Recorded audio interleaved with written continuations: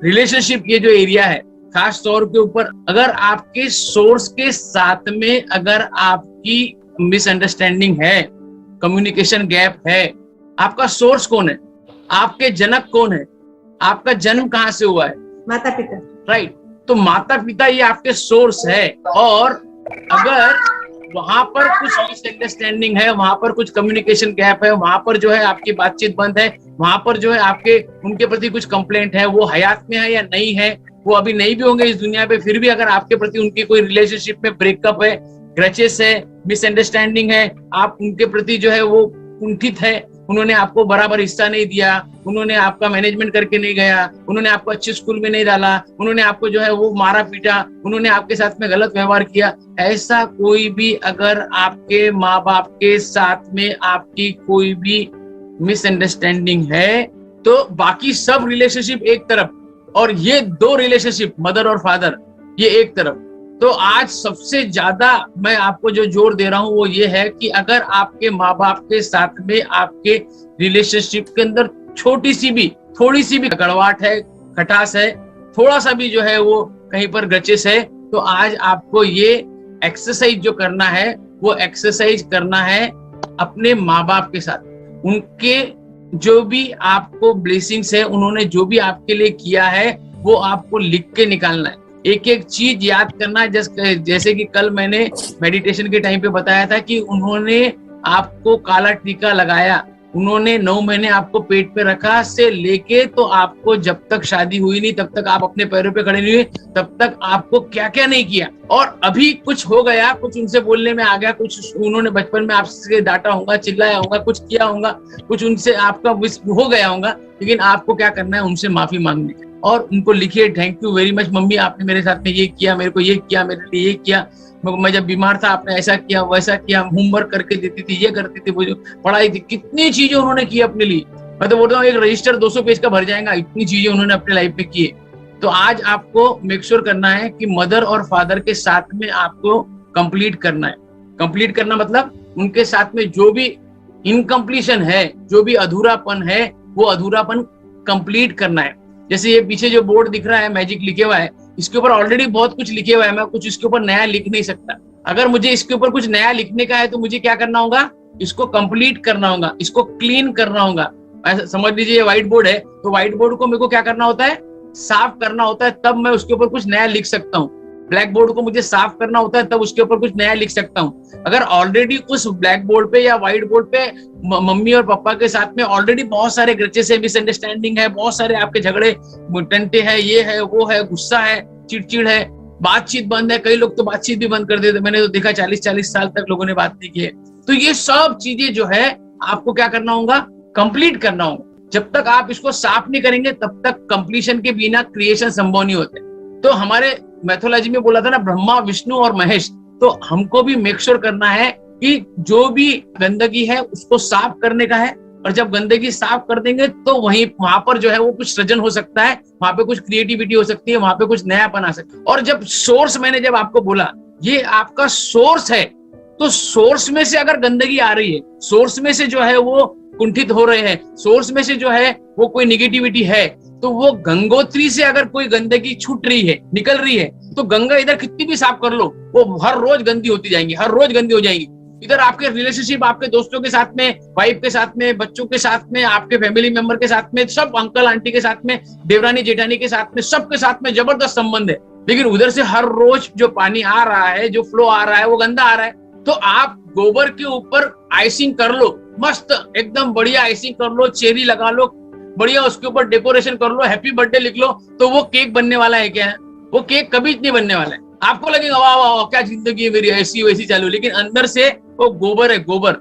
मैं मड बोलता हूँ लेकिन और ज्यादा इंटेंसिवली बोलना चाहता हूँ, इसलिए बोलता हूँ गोबर। तो अगर आपके माँ बाप के साथ में कोई मिसअंडरस्टैंडिंग है, मिसकम्युनिकेशन है, कोई आपके साथ में, वो हयात में होंगे नहीं होंगे, वो अभी जिंदा होंगे नहीं होंगे, लेकिन वो ज्यादा समय तक अगर आपको हयात में रखना चाहते हैं, अगर लंबे समय तक उनको उम्र देना चाहते हैं, तो आज अभी इसी वक्त इसी क्षण प्रोग्राम बीच में भी छोड़ के गए तो मेरे को चलता, आपको उनके साथ में बात करना होगा। अगर वो हयात में है, वो जहां कहीं भी होंगे, आप ऑफिस से छुट्टी निकाल के उनको मिलने जाओ। अगर आप वहां पे जा सकते हैं तो उनको फोन पे बात करो, वीडियो कॉल करो, उनके साथ में कंप्लीट करो। वहां पर कंप्लीट करना मतलब ये नहीं है कि वर्बल वॉमिटिंग करना है। एक होती है फिजिकल वॉमिटिंग, एक होती है वर्बल वॉमिटिंग। वॉमिटिंग करना मतलब आपको ये नहीं बोलना है कि मम्मी तूने मेरे साथ में बहुत गंदा किया, तूने मेरे साथ में चीटिंग किया, पापा आपने मेरे छोटे भाई को हिस्सा ज्यादा दे दिया, मेरे को हिस्सा कम दे दिया, उसको अच्छी प्रॉपर्टी दी, मेरे को अच्छी प्रॉपर्टी नहीं दी, लेकिन फिर भी मैं आपको माफ करता जाओ ना। आपकी औकात क्या है अपने माँ बाप को माफ करने की? बिल्कुल भी वर्बल वॉमिटिंग नहीं करना है। रिस्पॉन्सिबिलिटी लेने का है, जवाबदारी लेने का है कि जो कुछ भी हुआ उसके लिए मैं जवाबदारी लेता हूँ, और जो भी आपने किया वो आपने सोच समझ के किया है। जो भी आपके निर्णय हुए, जो भी आपने मेरे लाइफ में किया, उसको मैं एक्सेप्ट करता हूँ। आपने जो कुछ किया, जैसा किया वैसा किया, मुझे एक्सेप्ट करता हूँ। आपने ये जिंदगी मुझे दी, आपने मुझे पैदा किया, वहां से आपकी जवाबदारी खत्म हो गई थी। वो आपको अनाथ आश्रम में ले जाके छोड़ सकते थे, घर तक भी नहीं लाते थे, लेकिन उन्होंने ऐसा नहीं किया। उन्होंने आपके पैदा होने के बाद में जो कुछ भी किया ना, वो बोनस किया है। वो आपको बोनस मिला हुआ है। क्या बात कर रहे हैं, ये कम दे दिया, वो कम दे दिया, अच्छे स्कूल में नहीं पढ़ा, ये नहीं किया, वो नहीं किया, मारा पीटा, बोनस किया, बोनस। आज आप किसी अनाथ आश्रम में रहते थे या किसी के घर में रहते थे, एक जो है वो अनाथ चाइल्ड को एडॉप्ट करता था तो आप रहते थे, अदरवाइज अनाथ आश्रम में जिंदगी चलती थी। तो आपको उन्होंने इतना कुछ दिया, जो कुछ भी उन्होंने दिया वो इतना है कि आप आपके एक एक खून का कतरा बेच भी देंगे तो वो उसका जो है वो आप बैलेंस नहीं कर सकते, उसको फुलफिल नहीं कर सकते। तो आज के बाद में आपको मेक श्योर करना है कि अपने माँ बाप के साथ में आपको कंप्लीट करना है। नहीं तो वो गोबर वाला जो केक है वो कोई काम की बात नहीं। दिखने में बहुत बड़ा, मेरी बड़ी ख्याल, बोर्ड भी लगा देते लोग, मातृ पिता की छाया, बड़ा बंगला बनाएंगे और ऊपर लिख देंगे मातृ पिता की छाया, लेकिन अंदर माँ बाप को रहने के लिए जगह नहीं। माँ बाप खेड़े में है, उनको बोलते नहीं शहर में नहीं लाते, नहीं मेरी बीबी को चलता नहीं, नहीं वो कैसा है, उनको बीमारी है ना, वो मेरे बच्चों को कैसे, मेरे बच्चों को बीमारी हो जाएगी, उनको तकलीफ है, वो कैसा खुद ऐसा करते, उनको जो है ना मैनर्स नहीं है। मेरे यहाँ पे बड़े बड़े गेस्ट आते हैं, ऐसे लोग आते, वो अच्छे कपड़े नहीं पहनते। क्या बात कर रहे हैं? अगर आपके घर में सिर्फ बिल्डिंग के ऊपर लिखने से कुछ भी नहीं होता है, दिल के अंदर माँ बाप को रखना है, उनको आपको समय देना होता है। अभी ये एज के अंदर जितने भी लोग अभी यहाँ है, जनरली सबके माँ बाप जो है वो 50, 60, 70 साल के हो गए, 80 साल के हो गए, तो अभी उनको ना आपसे कोई उम्मीद नहीं, केवल एक फोन कॉल के लिए तरसते हैं। एक सिर्फ 5 मिनट आप उनसे मिल जाए। मेरा तो कंपलसरी नियम है, मैं तो चिल्लाता हूँ घर के अंदर, पापा को मजाक में डांटा, क्या पापा आपने अकेले खाना खाया, मेरे को आवाज नहीं दी, नहीं बेटा तू प्रोग्राम लीड कर रहा था, नहीं वाला मैं। तो हम जो है डेली सुबह और शाम को हम साथ में खाना खाते। मैं डेली उनके रूम में जाके रात को बैठता हूँ, 5-10 मिनट, 15 मिनट, आधी घंटा, जितना भी टाइम होता है बैठता हूँ उनके साथ में। जो है वो मेरा न्यूज वो उनके साथ में देखता हूँ। वो क्रिकेट का बहुत शौक है मेरे पापा को, क्रिकेट की मैच चालू रहती है तो उनको पूछता, पापा क्या स्कोर हो गया, क्या हो गया, अरे यार ये अच्छा नहीं खेल रहा, वो नहीं कर रहा। 85 की एज में भी उनको जो है वो एक भी बॉल मिस नहीं करते क्रिकेट का। कोई भी टूर्नामेंट होती है, कोई भी कंट्री खेल रही है, उनको कोई फर्क नहीं पड़ता, वो पूरी मैच देखते। तो मैं उनके साथ में वो बात करता हूँ जो उनको पसंद है। मैं जब कोविड में साथ में था, हम दोनों एक ही रूम में क्वारंटाइन थे।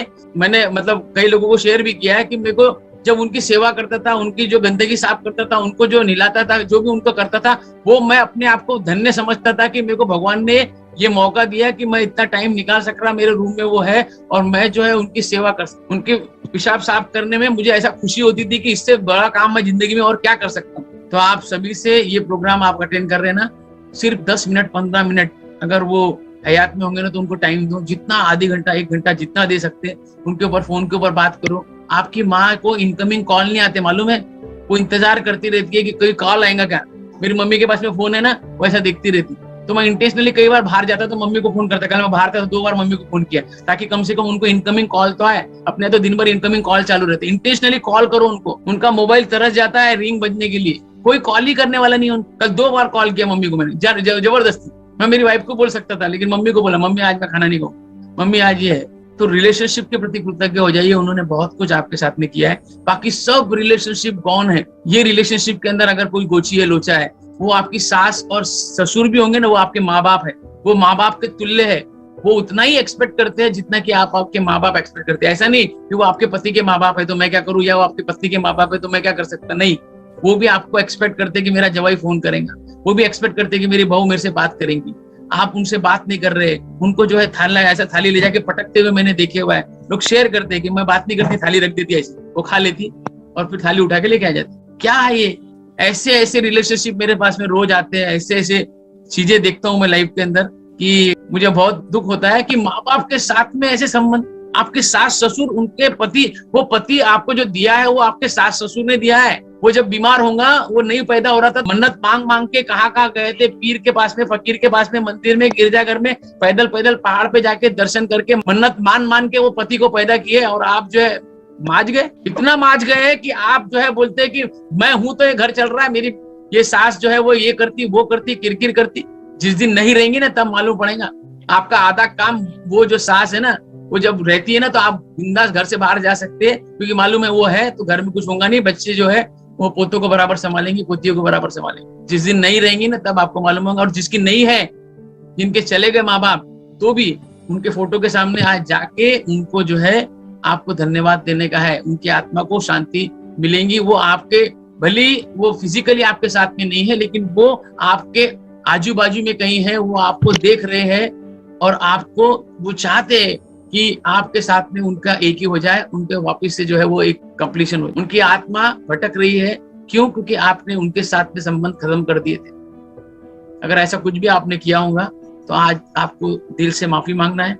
अगर वो हयात में नहीं है तो उनको एक लेटर लिखो, और उस लेटर में आप उनको लिखो कि आपने ये किया उसके लिए धन्यवाद, आपने ये किया उसके लिए धन्यवाद, आपने ये किया उसके लिए धन्यवाद, ये किया। पूरा 200 पेज का रजिस्टर भर दिए तो भी चलेगा, और वो लेटर लिखो और उनको धन्यवाद। और धन्यवाद जब आप देंगे ना तो जो खुशी आपको होगी, और वो जो गोबर है जो आप लाइक गोबर के ऊपर जो केक बना के जो माज गए, बड़े बड़े घर, बड़े बड़े बंगले, वो मर्सिडीज गाड़ी, वो BMW गाड़ी, और वो करोड़ों के बंगले और लाखों की प्रॉपर्टी, कुछ काम की नहीं, सिर्फ दिखावा है, आइसिंग है, आइसिंग। अंदर गोबर है। अगर आपके माँ बाप के साथ में संबंध अच्छे, और अगर आपके माँ बाप के साथ में संबंध अच्छे हो गए ना, फिर देखो लाइफ में कोई भी संबंध आपके अच्छे होने ही होने, क्योंकि गंगोत्री से अगर गंगा साफ आ रही है तो यहाँ पर हम आसानी से गंगा को क्लीन कर सकते हैं।